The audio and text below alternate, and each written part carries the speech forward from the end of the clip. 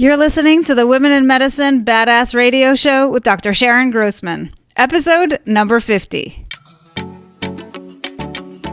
Welcome to the Women in Medicine Badass Radio Show, where we deal with the real issues to get you from overwhelmed to optimal. And now, your host, Dr. Sharon Grossman. Hey, Wimbas, this is it.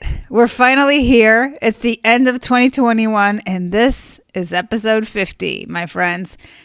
I'm so proud of the work I've created this year, and I'm hopeful this show has been inspiring and uplifting for you.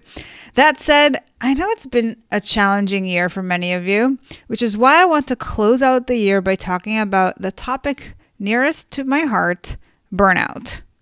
There is so much buzz right now in the news about the B word, especially in healthcare.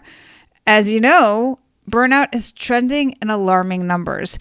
There are staffing shortages, excessive workloads, too many bureaucratic tasks, all of which translates into too much time at work and not enough time for recovery.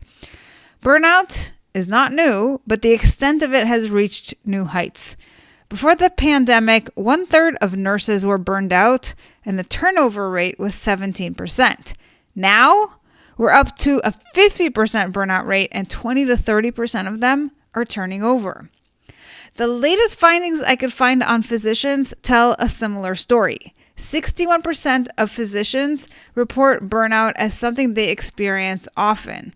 Nearly half have isolated themselves, which can be a short-term strategy, but we also know that isolation leads to depression, loneliness, and more suicides. So, on behalf of the healthcare industry, I want to apologize to you for all the chaos that is your profession. I know you've had a challenging year, but it's not all bad. Here's what I mean.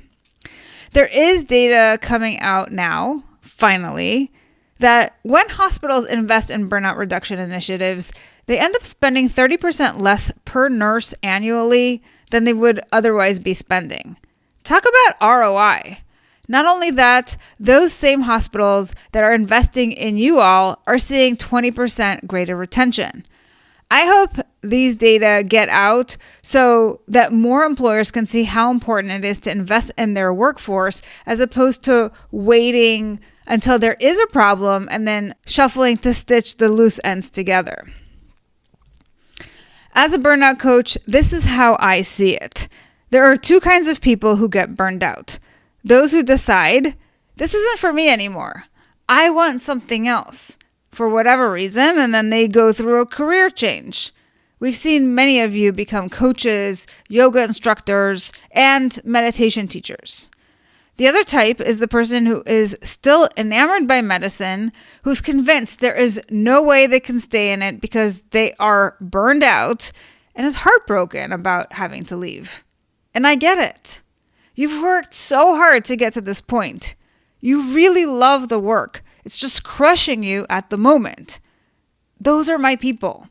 I am super passionate about working with the folks who want to find a way to make it work. So as we approach the new year, how are you feeling? How burned out do you feel? If you're not sure, download my burnout checklist. It will help you get a better sense of how you're doing and what to focus on. I'll put the link in the show notes, or you can go to bit.ly/checkyourburnout. Here's a fun question. What do you think is possible? Sit with that for a minute.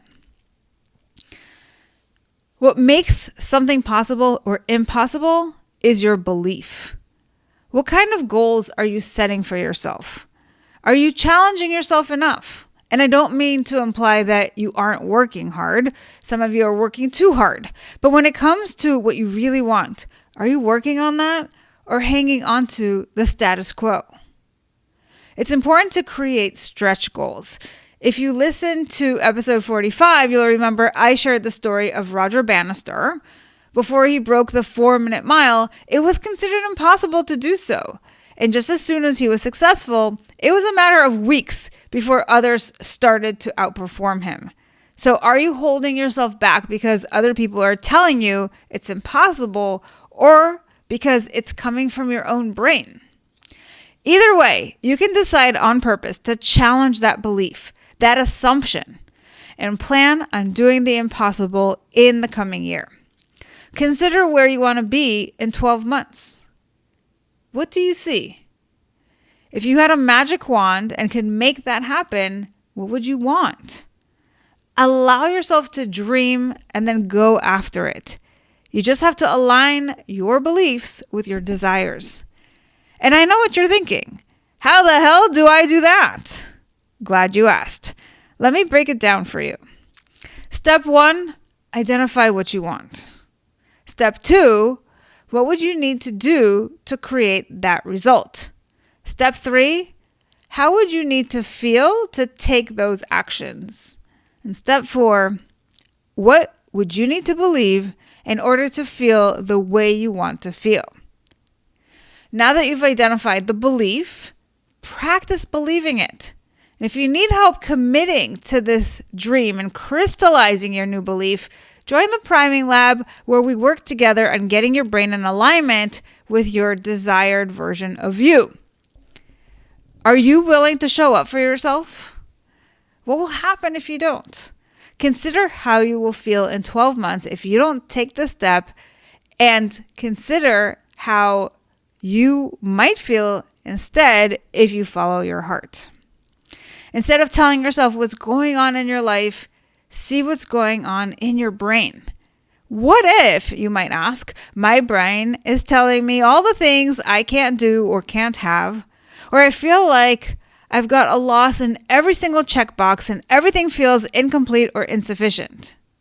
If that's you, you have choices.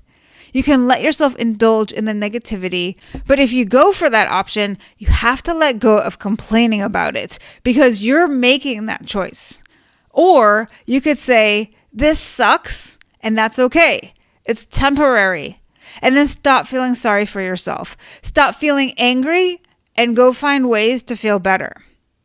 Focus on the potential, the opportunity, the gift, and let go of the injustice. Here's the thing. Thoughts lead to other thoughts. That's how you spiral. Negative thoughts beget other negative thoughts, but the same is true for positive thoughts.